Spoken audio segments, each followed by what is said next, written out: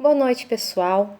Então, nesses dias de quarentena, nesses dias de cuidado que nós estamos tendo que enfrentar, eu acredito que nós precisamos ocupar a nossa mente, né? Ocupar o nosso dia com coisas positivas e com coisas produtivas, né? Com leituras diferenciadas, assistindo coisas diferenciadas, produzindo, de fato. Né? Eu acredito que nós já estamos muito bem orientados em relação à prevenção da Covid-19. Então, estando em casa, né, e realizando e efetuando todas as recomendações necessárias para essas prevenções, eu resolvi conversar com vocês sobre um assunto que ronda as nossas cabeças geralmente nos meses de março e abril, que é o imposto de renda. Vamos conversar então sobre o imposto de renda? Hoje eu vou tratar com vocês de uma questão mais histórica dele. Vou conversar com vocês sobre o contexto em que ele foi inserido no Brasil e no mundo. Eu acredito que para entender as coisas, para executar as coisas com excelência e com qualidade, a gente precisa entender o surgimento, a história, de onde surgiu, o porquê surgiu. E é isso que eu vou tratar com vocês hoje, beleza? Então vamos lá. O imposto de renda surgiu no ano de 1799 na Inglaterra. São os primeiros registros. Na época, ele surgiu com cunho de arrecadação financeira para os financiamentos das guerras civis. No Brasil, existem tentativas de instituir o imposto de renda desde o ano de 1863, porém diversas dessas tentativas não obtiveram sucesso, porque os processos da época eram muito morosos, era muito dificultoso, né? As pessoas conseguiam se esquivar muito do pagamento. E em 1922, finalmente, ele foi instituído por lei, ele foi regulamentado no Brasil. Porém, uma curiosidade legal e importante, só depois do fim da Segunda Guerra Mundial é que ele começou a ter impactos financeiros volumosos para a arrecadação de verba do país. Então, pessoal, o que mais a gente pode conversar sobre o imposto de renda? Depois que ele foi regulamentado por lei, surgiram diversos decretos, diversas regulamentações específicas e algumas delas muito polêmicas. Uma delas foi em 1941, com a instituição de um decreto, e dele, o artigo 32 trata do chamado Imposto de Renda dos Solteiros. O que é o imposto de renda dos solteiros, né? Ele pregava a seguinte regra, que as pessoas solteiras pagassem mais imposto de renda do que as pessoas casadas e com filhos. Por quê? Né? Gerou tanta polêmica na época que isso foi base de estudo para diversos tributaristas.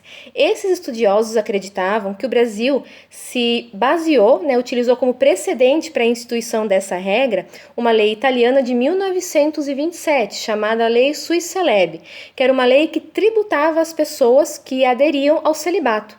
Freis, padres, noviças, pessoas estéreis, pessoas com doenças terminais, doenças sexualmente transmissíveis, pagavam tributo ao governo por serem adeptas ao celibato. Porém, com tanta polêmica no Brasil, o governo na época redigiu uma nota explicativa, né, se justificando, né, negando esse embasamento em relação a essa lei italiana e se embasando na lei de proteção à família que existia na época. A lei de proteção à família existia porque, no contexto histórico que se vivia naquele período, casar, ter filhos, constituir família com bases sólidas era muito importante para a sua imagem social. Né? Então, a lei de proteção à família, ela tornava a família como uma das instituições mais fortes e concretas da sociedade. Então, entendia-se que uma pessoa solteira possuía menos gastos, menos despesas e tinha mais capacidade contributiva. E uma pessoa casada e com filhos tinha mais despesas, logo, menor capacidade contributiva e deveria pagar menos imposto de renda. Então, foi esse embasamento que eles alegaram na época e que foi, sim, muito questionado. Essa regra caiu por terra com a revogação da lei em 1964. Apesar de que, minha opinião, essa regra não foi 100% extinta, ela foi simplesmente modificada, porque hoje, se você tem um filho até 21 anos, ou se ele faz faculdade e tem até 24 anos, você pode declará-lo como dependente. Logo, você vai pagar menos imposto de renda. Então, ela não foi uma regra 100% extinta, ela foi simplesmente uma regra que se modificou com as novas regulamentações inerentes à tributação sobre a renda. né?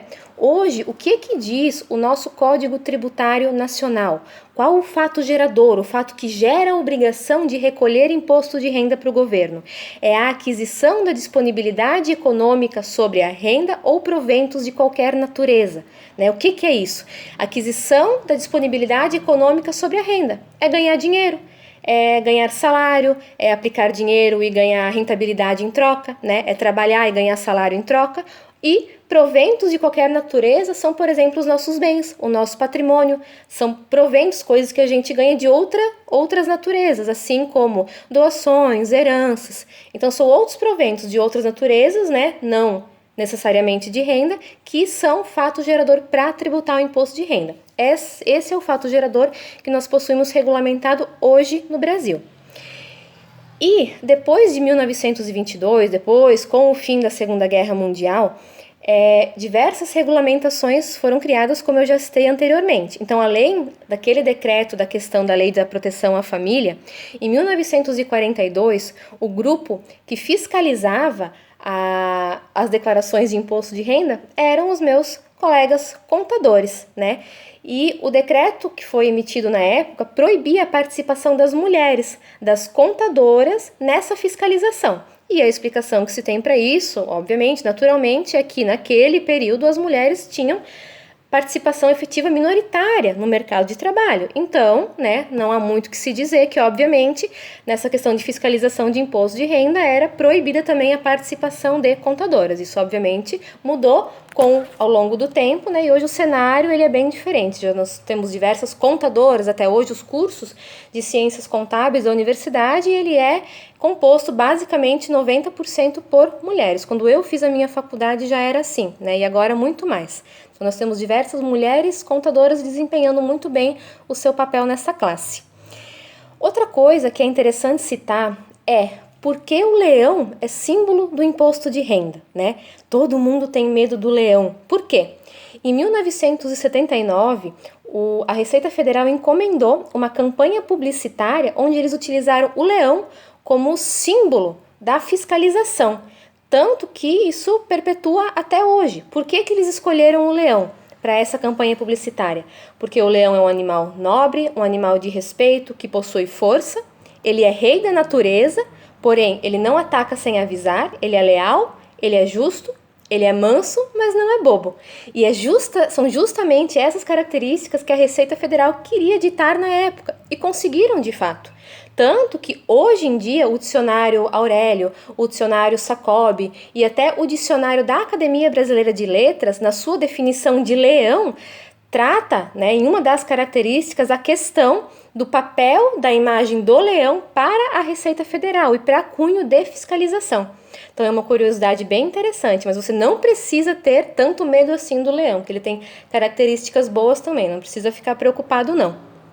Então, galera, para finalizar o nosso vídeo, em 2019, o governo brasileiro arrecadou 1,5 trilhões em imposto de renda. Existe uma partilha com os estados e municípios desse valor. Para o fundo municipal é destinado um percentual de 22,5% dessa arrecadação, conforme regulamentação específica da União. Existem municípios que recebem mais e municípios que recebem menos, de acordo com a regulamentação, com os critérios instituídos, assim como funciona a partilha de qualquer imposto federal e estadual também. Então, galera, eu espero que a nossa conversa tenha sido muito produtiva. A partir de amanhã eu vou estar criando novos roteiros sobre imposto de renda, onde nós vamos aprender, onde nós vamos desenvolver um passo a passo da declaração para você poder declarar o seu imposto de renda.